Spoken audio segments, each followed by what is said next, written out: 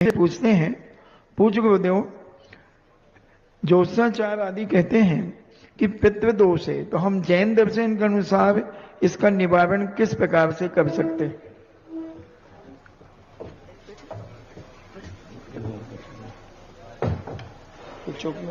चलो 2 मिनट जैन दर्शन के अनुसार पितृदोष माने या ना माने, और माने तो उसे दूर करने का क्या उपाय? पितृदोष पहली बात तो जैनागम में कहीं है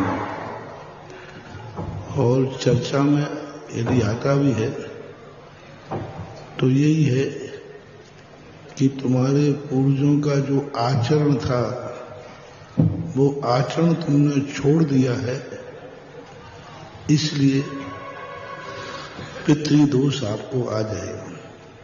इसके निवारण का एक ही तरीका है, यदि साइकोलॉजी फैक्ट है, तुम्हारे पूर्वज तुम्हारे पितृलोग जिस गांव में जिस मंदिर में पूजा करते थे, जिस मंदिर में वो रहते थे, वो पूजा पाठ करते थे, उनके आशीर्वाद से तुम्हारा जन्म दिया था।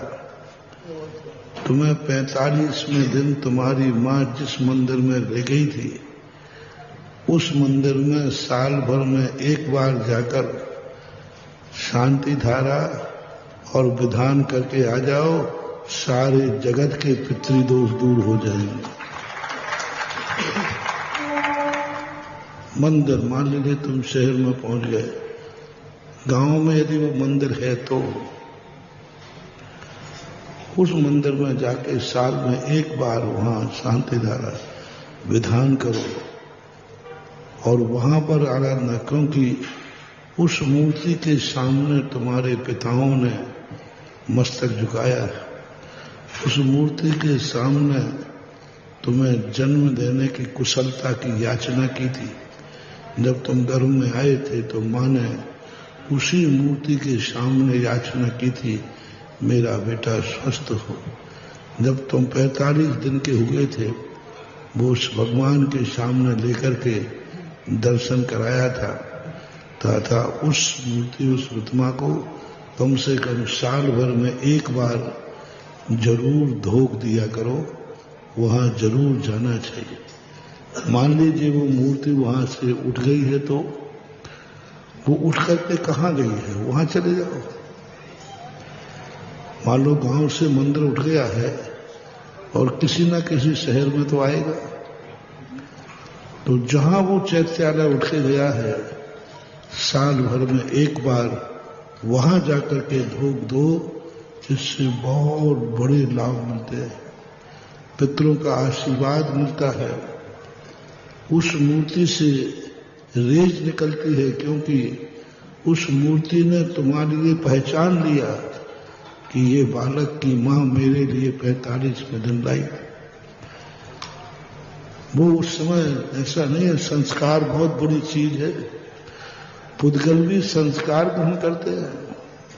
किसी भूमि पर बैठकर अच्छा कार्य करो तो हजारों वर्षों के बाद भी वहां अच्छे परिणाम होते हैं। किसी भूमि पर बुरा कार्य हो तो हजारों वर्ष के बाद भी वहां बुरे परिणाम होते हैं। ये मत समझना कि तुम्हारे विचारों को मात्र जीव ही पहचानता है।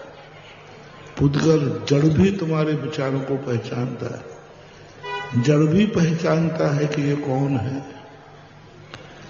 पाषाण की शिलाएं पहचानती है ये कौन है। यदि तुमने उस समय वहां बैठ करके कहीं ध्यान किया है, हजारों वर्षों के बाद जाओगे, वो शिला तुम्हें पहचान जाएगी कि वो व्यक्ति है जिस व्यक्ति ने 1000 साल पहले माला फेरी थी, 1000 साल पहले यहां पर ही बैठा था। समझने की भाषा अलग अलग है। चेतन अलग ढंग से संस्कार लेता है, पुद्गल अलग ढंग से संस्कार लेता है। जीवाधिकरण, जीव अजीव ये दोनों अधिकरण हैं। अजीब भी अधिकरण है। जैसे तुम जीव पहचान लेता है ना, ऐसे ही अजीब भी पहचान लेता है। संस्कार बनते हैं। हरिवंश पुराण के अंदर और प्रद्युम्न चरित के अंदर आया। 16 वर्ष के बाद बालक द्वारिका में आया प्रद्युम्न, अभी पता नहीं है आया कि नहीं। अपने आप मां के मन में ऐसा भाव आया। रुक्मिणी श्री कृष्ण से कहती है, मुझे लगता है कि मेरा बेटा आ गया, मेरे शरीर में कुछ ऐसी हरकत हो रही है। तुम्हें कैसे पता? वो तो 16 साल हो गए, 16 साल हो गए थे बेटे को। श्री कृष्ण समझाते हैं, नहीं तुम्हारी साइकोलॉजी है, तुम्हें उसकी याद आती है, वो अब कभी लौटने वाला नहीं है, वो कभी नहीं लौटेगा। मैंने पूरा 3 खंड का चप्पा चप्पा छान लिया, सब चीजें मैंने छान ली, मेरा राज्य में कहीं कोना नहीं बचा। इसलिए हे देवी विकल्प छोड़ो, अब तुम्हारा बालक लौटने वाला नहीं है। रुक्मिणी कहती है, मुझे तो ऐसा लग रहा है कि मेरा बेटा मेरी नगर में है और यहीं कहीं है। अब बोलो, ना तो रुक्मिणी को अवध ज्ञान है, न रुक्मिणी को मन पर्याय ज्ञान है, और न किसी ने बताया। कैसे लग गया? कैसे कह रही है कि यही है? कोई मानने को तैयार नहीं। लेकिन रुक्मिणी कहती है, मुझे लग रहा, मेरे शरीर में स्पंदन हो रहा है, मेरे शरीर में लग रहा है कि मेरा बेटा यहीं कहीं है। और बेटा प्रद्युम्न था, आ गया था, वो द्वारका में आ चुका था, लेकिन किसी को मालूम नहीं था। थोड़ी देर के बाद जब प्रकट हुआ, तब लोगों ने कहा, ये कौन सा ज्ञान है? मन पर्याय ज्ञान के, अवध ज्ञान के, केवल ज्ञान? ये कौन सा ज्ञान है? कौन सा निमित्त है? उसने महान भाव, ये मां की ममता का संस्कार है। मां नहीं पहचान पाई बेटे को, मां की ममता ने पहचान लिया है। मां से बड़ी होती है मां की, मां नहीं पहचान पाई, सामने बैठा था। अब वो तो छोटा सा बालक चला गया था, अब तो 16 साल का हो, सामने बैठा है बालक, मां नहीं पहचान पा रही है, लेकिन मां की ममता ने पहचान लिया है। ऐसा ही तुम वो नहीं पहचान पाएगी, लेकिन मूर्ति की ममता, क्योंकि जब तुम 45वें दिन उस मूर्ति के पास मां लेके गई थी, तब उस मूर्ति की ममता तुम्हें पहचान लेगी कि वही बालक है, आज बड़ा हो गया है।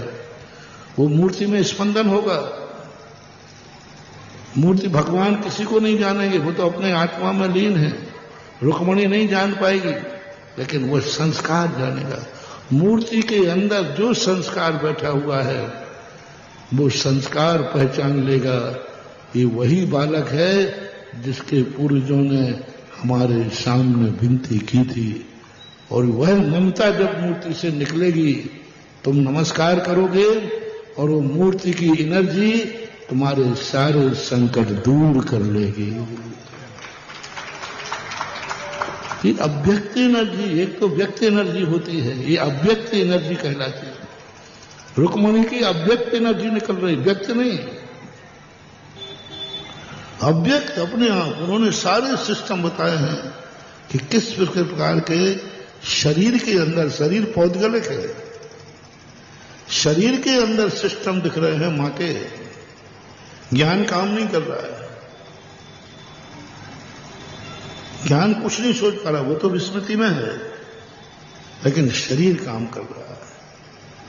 इसलिए महान भाव अपनी पैतृकता, अपना कुल की जो धर्म की परंपराएं हैं, इनको जीवित करो। ये तुम्हारे बहुत काम की है।